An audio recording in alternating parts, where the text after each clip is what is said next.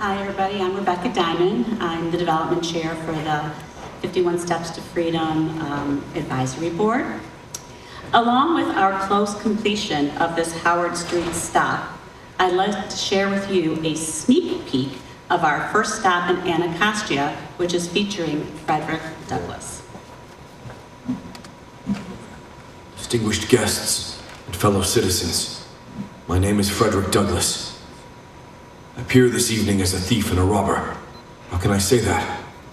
Because I stole this head, these limbs, my body from my master, and ran off with them. Because I was born enslaved. My early years were steeped in the bitter waters of oppression, my spirit caged by the iron chains of bondage. Yet within me burned an unquenchable flame of hope and desire for freedom. From my journey, you can glimpse the transformative power of freedom and the unyielding strength of the human spirit that have guided me from the clutches of slavery to the forefront of the fight for liberty. This pursuit of freedom was not merely a personal struggle. It was and remains a universal fight. For in the grand tapestry of humanity, each thread is interwoven, each fate entangled. My trek from the shackles of slavery to the heights of advocacy for liberty and equality mirrors the indomitable quest for human dignity that beats in every heart. For the liberation of one soul inevitably leads to the emancipation of another.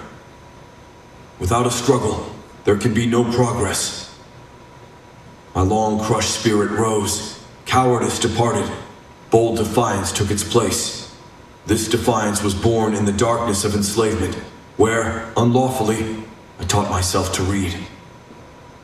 Knowledge lit the path to my freedom, sparking an eternal flame of hope in me, and a fervent wish to dispel ignorance and prejudice. As I broke the emotional chains of slavery, I embarked on a lifelong crusade to shatter the fetters of ignorance and prejudice. My voice, once silenced by the tyranny of oppression and anger, found its power in the cause of justice. I speak not just for myself, but for all who were denied the basic rights of mankind. In every word I uttered, in every action I took, I strove to demonstrate that freedom for one means freedom for all. For the liberty of an individual is inextricably linked to the liberty of every soul. I would unite with anybody to do right, and with nobody to do wrong. Elevating my once suppressed voice to a clarion call for justice, I stood not only for myself, but for all stripped of their fundamental human rights. I shared that call for justice with Harriet Tubman, who also took her own freedom and led others to their freedom as well. My advocacy extended beyond my writings and speeches, leading me to the historic halls of the Seneca Falls Convention in 1848, where I stood as the sole African-American man in support of women's suffrage, declaring, "Right is of no sex, truth is of no color.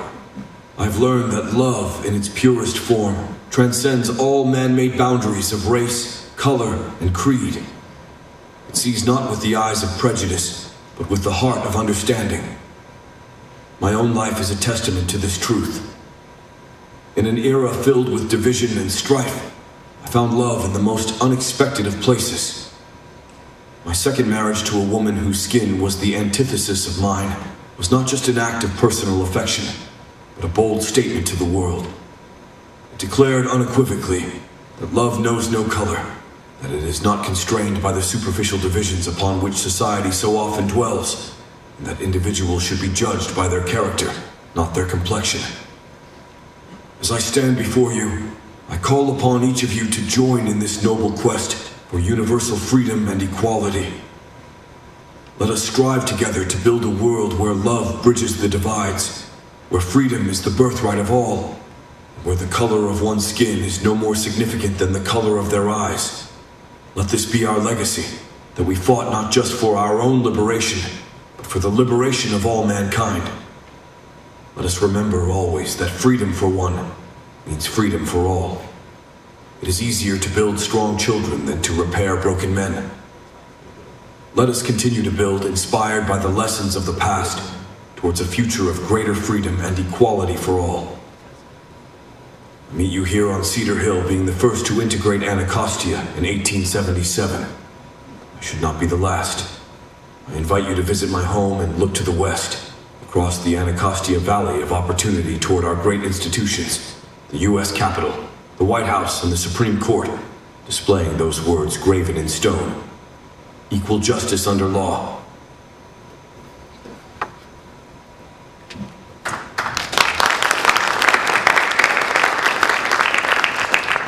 As you can see, 51 Steps to Freedom is a history, cultural, and educational tour around all of Washington, D.C. In the words of Frederick Douglass, I stand before you today and call upon you to join our noble quest. And I ask all of you, how do you see yourself joining 51 Steps to Freedom? On your table, if you'd all grab that white card, and what I'm going to ask of you is to take that white card and fill it out. If it's a pledge, if it's a way we can apply for a grant or a sponsorship, if it's somebody you want to introduce us to. This is your opportunity to share with us how you'd like to get involved and how you'd like to help support us so that we can finish all of our 51 steps and continue to grow.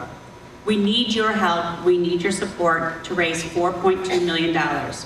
We are thankful to the district and their agencies for all their contributions, and to PNC for being our first corporate sponsor.